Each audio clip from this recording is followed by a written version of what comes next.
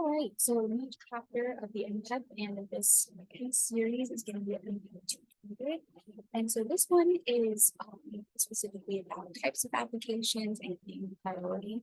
Those are kind of the main subjects. And if you are looking at your MPEP, that's going to be the main headings that, again, I'm not very familiar with going into that study. So starting out with inventorship.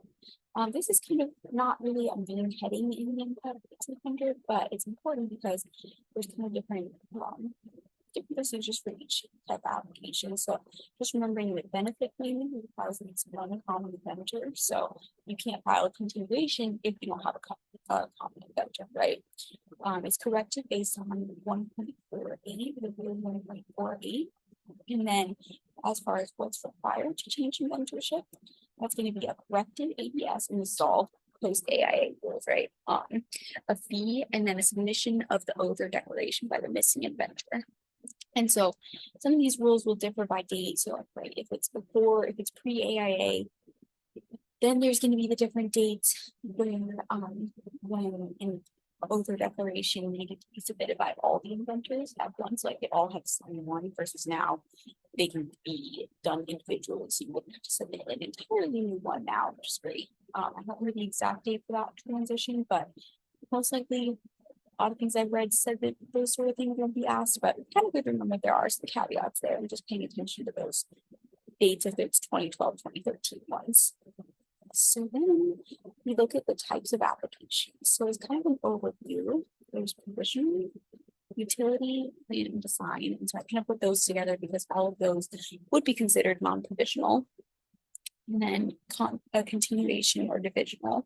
I put those two together because neither of those are allowed to have new material. Both of those are going to need to have the exact same material as a parent application, or else that new material would either need to be canceled by amendment or the application would need to be designated as continuation in part.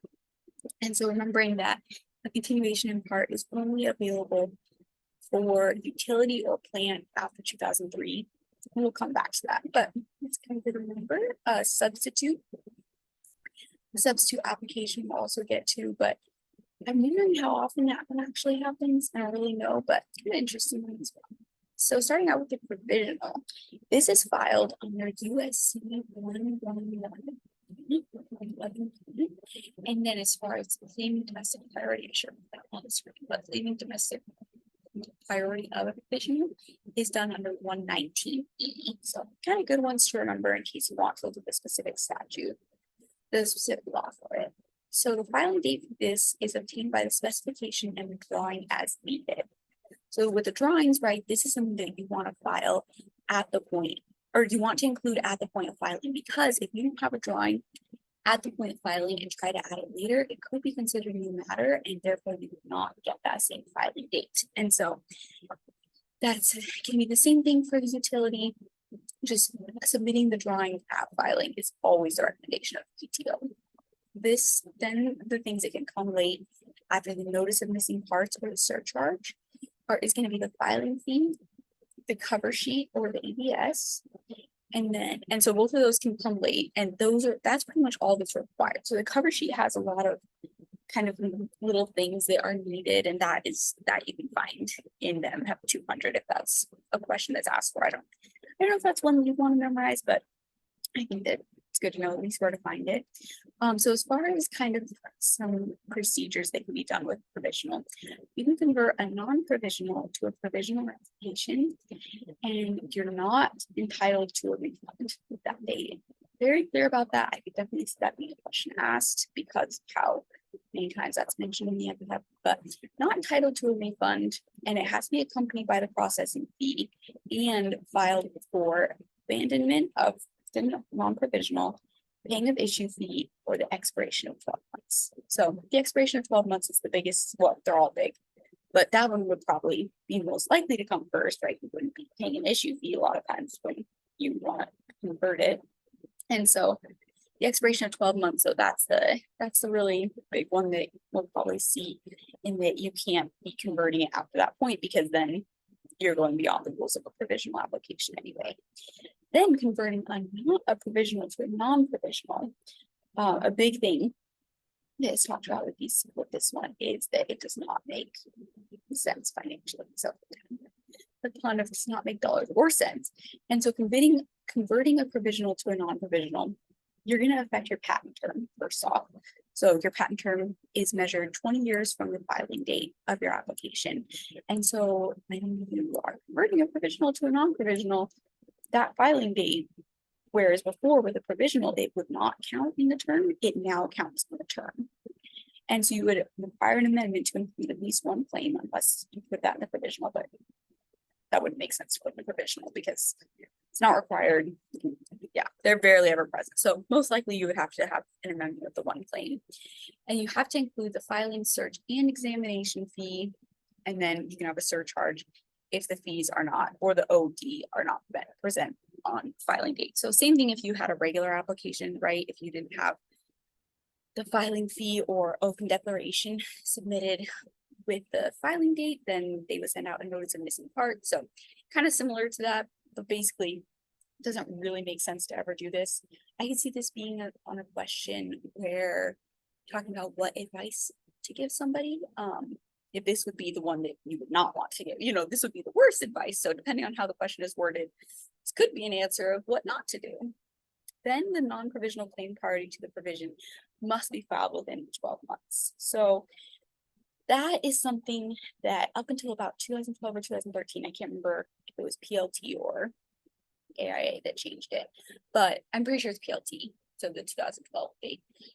What that changed is that can be now extended up to 2 months. So if you filed initially January 2015 and realized February 2016 you hadn't claimed priority or you hadn't filed a non-provisional claiming priority, then you can file a non-provisional claiming the priority with a big fee. I think it's $1,700.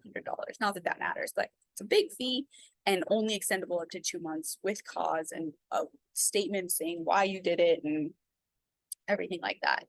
But so the 14 months, that's good to remember, but highly discouraged. And that's, again, filing. So as far like non-provisional can be filed after that and stuff, but you couldn't claim priority to the provisional. But claiming, which we'll get to a little bit later, so if the non-provisional was filed within the 12 months and then the claim was just submitted late, there's a whole other set of rules for that. So that one's not as concerning. So in the provisional application, kind of continue that, it does not, and these are kind of the big 7 to remember. They're reiterated a couple times in the MPEP, and I think that they are very good sources for getting tripped up. No oath or declaration doesn't require. No claims, no examination or amendments, no design. So design cannot claim priority from a provisional. It can't be claimed for priority from other applications. So if you have some sort of domestic that's filed in 2015 and you try to file a provisional in 2016 claiming priority to the domestic, that doesn't fly. You can't go backwards in that chain. The provisional has to be the first one applied. So it's no basis for priority in that regard. No IDS, so no information disclosure statement. And that apparently I read a couple of times, the no IDS and no claims. That's going to be something that they might try to trip up there. And then no basis for priority for design. So kind of 2 aspects of that. You can't submit a provisional design application and you can't be the base of priority for design. So just clarify those. So now the non-provisional. Non-provisional does include plant later, but we'll specifically go through design and plant. And the plant is in chapter 1600 and design is in chapter 1500, but this is just basic non-provisional. So basically utility and plant. So filed under 111A, and then, so then it was filed under the USC 111A and then rule 1.53B. So everything new goes through 1.53B. All the new applications except for continued prosecution applications, which we'll get to. So the filing date is accorded. This is post PLT filed after 12/18/2013 when the specification with or without claims is received, and that's only in utility or plant. Okay, so it's very helpful, very good area to get tripped up on, but pre-PLT pre-2013, then it has to have at least one claim. So you'll see that pretty clearly in the MPEP, but very good to remember. And this is for your utility or plant, not design. So remember, design, you have one claim that you're allowed to have. And so that's why that one, the claim is required in order to get a filing date. Then the specification, just like I just said, at least one claim and any required drawings within the design. Then filing date pre-PLT, kind of what I just said, with one claim and any drawing. So that one covers utility plant design for obvious reasons. So starting out with the continuation. So the continuation is kind of a fresh start if you want to restart prosecution rather than going through a request for continued examination where you're just continuing prosecution. This is a fresh start for prosecution. So the oath or declaration can be fresh or a copy from parent if it still applies. At least one common inventor is there, and you can add or delete inventors here without a petition or fee. And this includes divisional, obviously continuations, and continuation in part. However, divisional is a result of a restriction requirement. I'm not sure if I ever specify that in this, but a restriction requirement is what happens in just normal domestic applications where two inventions are found within an application, and so they're separated. The examiner has you choose one of them, you elect one, and then you can then choose to file a divisional while the parent is still pending. That's the key to all the continuations. The parent has to still be pending. So that's kind of where divisional comes in, is you would have it as sort of an offshoot of a parent application, including a different set of claims. And then you have to make a reference to the parent for the domestic priority, kind of clearer there. You can make that claim in either the ADS or the application, but preferably done in both just because things happen and the specification pages can be missing, that sort of thing. The pre-AIA claim for priority has to be in the first sentence of specification. So if you're going through any of the old exams that are published, then you'll see that, the priority has to be in the first sentence of the specification. Now that's not necessary, but some people still do it because of just wanting to make sure that that claim is incorporated by reference, if nothing else. A new claim for foreign priority is required. That is an area that I think is really easy to get tripped up on as far as when a claim needs to be made again. And I would definitely suggest reading this area in the MPEP just because I think that there's a lot of interesting rules there. So remembering that a new claim for foreign priority is required, that is not going to carry over from the parent.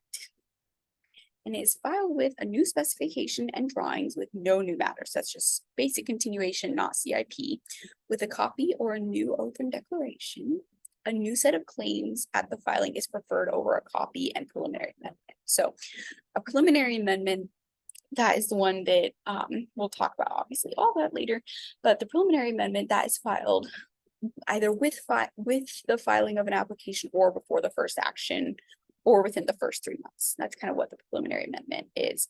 And when it's filed on the filing date, I believe that they changed the rules so that that does count as part of the application. But it's still just like a little bit sketchy to do, especially with continuations. And so it's best to just submit a new set of claims with like amended and marked up and that sort of thing, but not as a separate preliminary amendment. So continuation continued. There's the incorporation by reference I mentioned a moment ago, and that's also in the MPEP 608.01p. So good to kind of compare those two sections.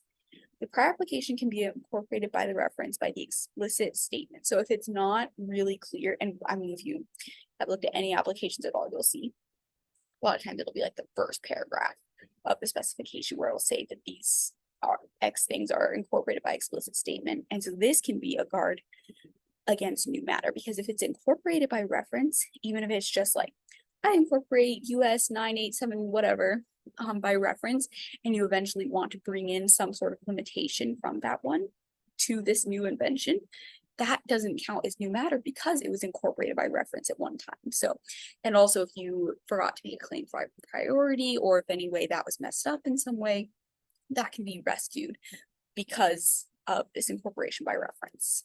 But it's not recommended for avoiding a petition. So why would you include it? safeguard against omitted from application, and it's not possible to add after filing date because it wouldn't be considered new matter. So continuation, continue, it's a change in attorney address. So continuation application, this is all just pretty basic, but it maintains the same power of attorney when filed with a copy of power of attorney filed, except for when that power of attorney was granted by the inventor and the continuing application names an inventor not named in prior application. So that power of attorney wouldn't necessarily count in that case because one of the inventors hadn't given the power of attorney in that case. So the ADS is usually the one that's defining the address that can be filed. Or it can be filed, changing it in that sort of way. And then the assignee should be the one assigning for the power of attorney anyway, especially in reissues. So the entity status, this one's also an area that could be easy to question. A new claim for a small or micro are required in continuing applications. So that is an important one. I'm just realizing I didn't talk about changing the assignee status, and if I'm remembering right, the assigning the assigning of an assignee needs to happen in continuation of part. That has to be repeated, but in continuation divisional, I believe that it carries over. So might want to double check on that, but I'm pretty sure that that's the case there. So further requires certification of entitlement for entity status. It's considered a new application, even though it's, still a child of the parent, and it's not considered or applied to an office action. This is still going with the continuation, like what it is considered. So now the continued prosecution application. This is filed under 1.53D, and so 1.53B, that's where all new applications will go. 1.53D is not considered a new application because it receives it's only for design after July 14th, 2003. It keeps the same file wrapper, so there's no new application number because it's just in a continuing prosecution capacity. So before certain dates, I believe it's before 2003 and after 1995, both of those big dates, an improper continued prosecution application is actually just considered a request for continued examination. I feel like that's kind of good to remember. That's not the case now, but that was then, and you can find that also in the MPEP. So, but keeping the same file wrapper, that just goes along with the idea that it is not a new application. So you can do continuations or divisions for design within this. The parent is automatically abandoned because obviously if you have the new application number, or if you have the same application number, you can't have two applications for that. And you can't add new matter here. The filing date, that comes about when you have a request on a separate piece of paper filed. So inventors can be deleted, but they cannot be added without a petition and fee. So good to remember there. And you can file by fax. And if you've done any sort of old exam, you'll see this question, right? Or you'll see this option a lot, like that you can file a continued prosecution application by fax. It's really the only application you can file by fax. And all this applies to design, not international design. So then a substitute application, I think these are just kind of fun. They're filed after the abandonment of an application, so it can be anywhere from a year or longer, but it doesn't even get the benefit of a first application priority. So the only reason they're really called substitute is because attention should be drawn to the previous application, and it can be finally rejected on the first action, which would be terrible, if you had abandoned it, then went through all the cost of creating a new application, and then it's rejected on the first action. But that's really if nothing substantially has changed, then you don't make any changes based on the last action. One more thing. I thought there was something else about substitute application. There's not a lot of information in the MPEP about it, but good to read about if you can. Claiming the priority, kind of stuff we've already talked about, but it has to be claimed within 16 months from the filing date of the reference that you're claiming priority from. So you have your reference, it's that was originally filed in Sweden on January 2015, then up to May 2016, right? That's a year and 4 months. Then you have to have claimed priority in that time and submitted a certified copy of the application. Or 4 months from the filing date of the current application. So that's with PCT, foreign, and domestic. So filing certified copy within that same 16/4 deadline. The general method, that's going to be listing in the signed ADS. So that's for provisional or domestic and foreign as well. And so yes, then foreign requires a certified copy of the foreign document in addition to the ADS. So that's not, these aren't, and that's not for PCT, or for PCT, they do have to do that, but it doesn't,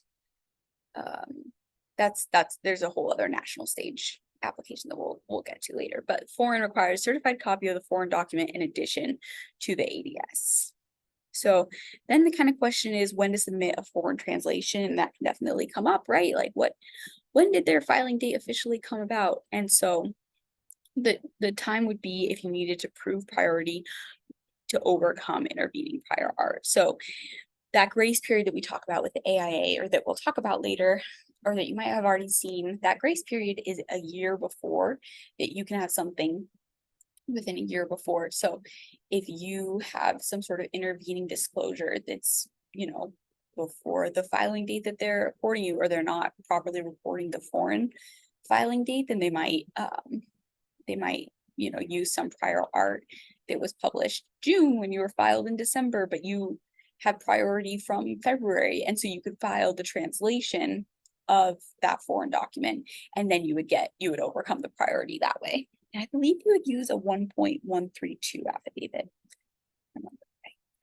So remembering that domestic counts for the patent term, but foreign and provisional do not, which is just very interesting. So that patent term, remember, that's 20 years from the filing date and post 1995. So those domestic filing for priority from a domestic counts in that, but foreign provisional don't, which is a pretty good advantage. So after saying all that stuff about deadlines, those claims for priority and the certified copy can be fixed up to the issue fee, can be filed up to the issue fee with a statement of unintentional delay. So that's when I'm saying filing the claim, that's the claim, not the application, right? The application filing can only be up to 14 months with petition and fee. And so even after the issue fee for the claims, it can be fixed with a certificate of correction, but not really what you want to do. Like, you want to submit those as soon as possible. So going back to foreign priority, sort of we talked about, it has to be filed within 12 months of the first filing date, claimed priority within 16/4 combination deadline.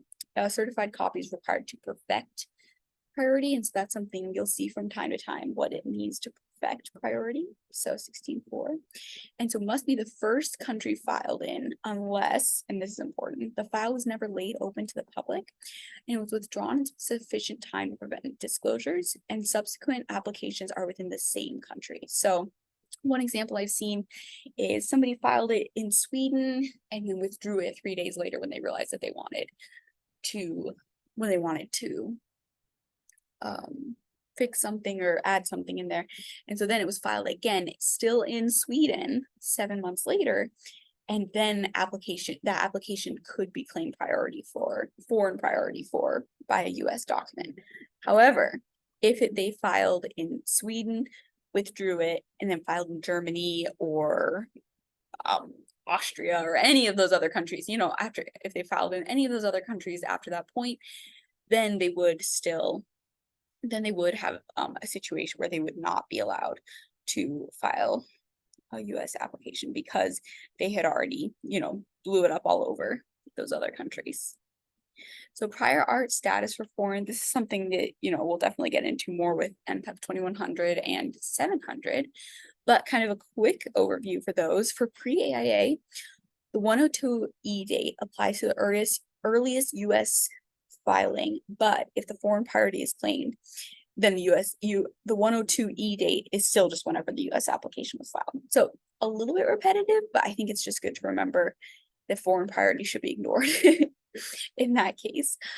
Then provisional and domestic priority claims, those both have a 102E date.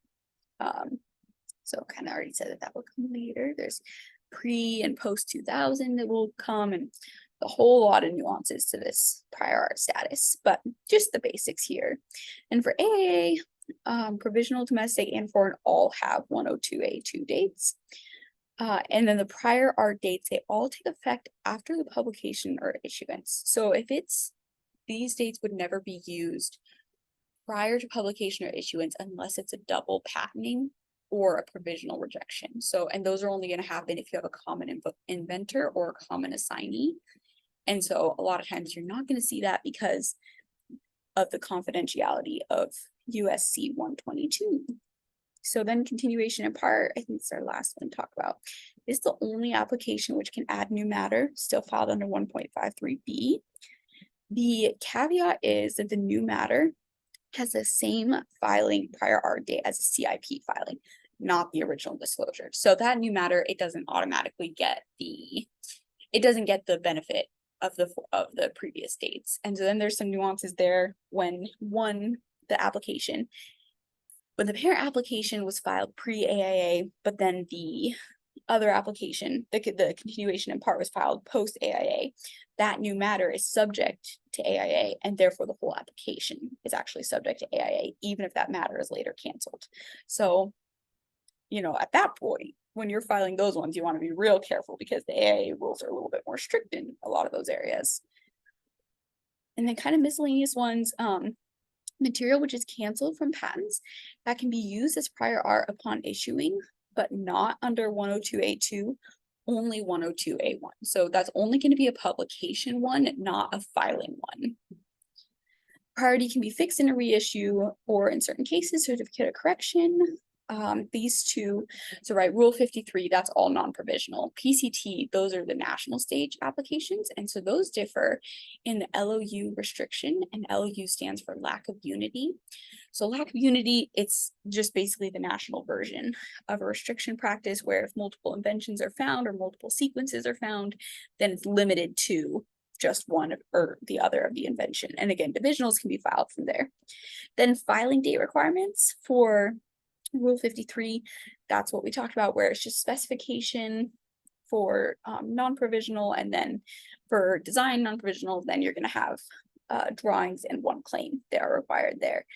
For PCT, you're required to have a translation and a certified copy, I believe, or just a copy of the application, I believe, is all you have to have in order to get a filing date. And then the filing fee and oath or declaration, those can come 1 month later, or 1 month after entering the national stage, but not later than that. So really filing date requirements for PCT should be, you know, the fee, oath and declaration, translation. That's kind of what you want to remember there.